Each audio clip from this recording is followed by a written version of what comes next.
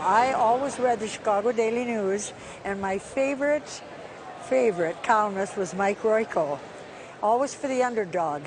Frank Sinatra was in Chicago to perform, and of course all these little ladies on Michigan Avenue are always getting mugged on State Street. And Mike Royko wrote a column about the fact that Frank Sinatra had half the Chicago police force acting as his bodyguards on this whole floor of a hotel. And so he wrote a kind of a cute, funny column that, you know, where were all the policemen? Well, they were taking care of old Blue Eyes. Well, old Blue Eyes didn't appreciate the column and fired off this letter to Mike Royko.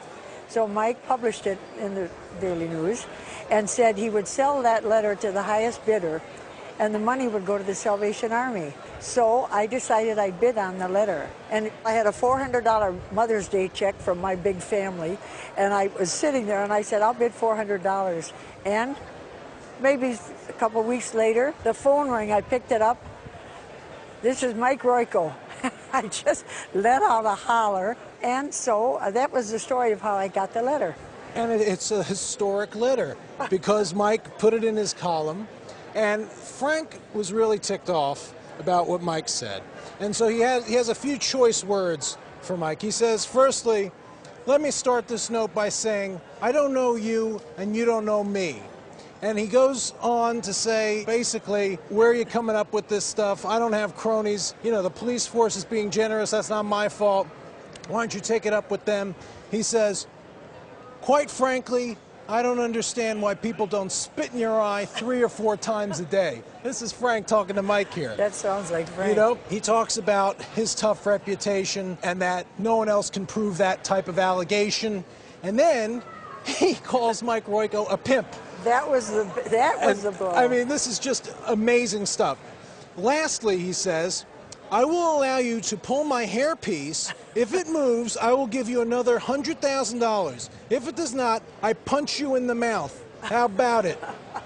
He signs it Sinatra and then copyrights it, so if it's ever published, it has to be published in full.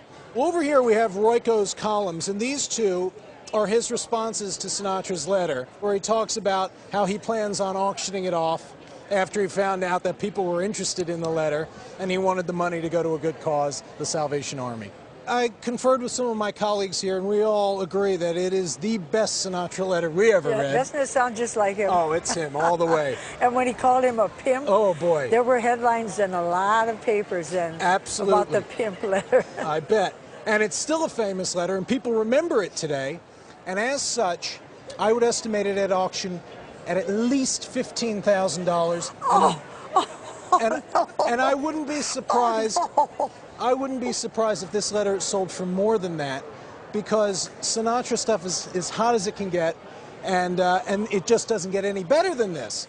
So, with all the provenance and your great story, it's just such a great piece. I was so happy that you brought it in today. Oh, gee, I'm going to faint. I'm going to faint. I really... Are you all right? Oh, yes, give me a seat. Oh, man. Are they kidding me? Did you all hear that? Did you all hear that? Yes. Oh, he offered me $100 for it. You can't have it for $100. Isn't that super? Oh! I'm going to give that money to, if I ever sell it, the money goes to Salvation Army anyway. Oh, that would be so good. The more the merrier. There you go. Oh, listen, you just made my did you hear that, Betty? I know, I heard it.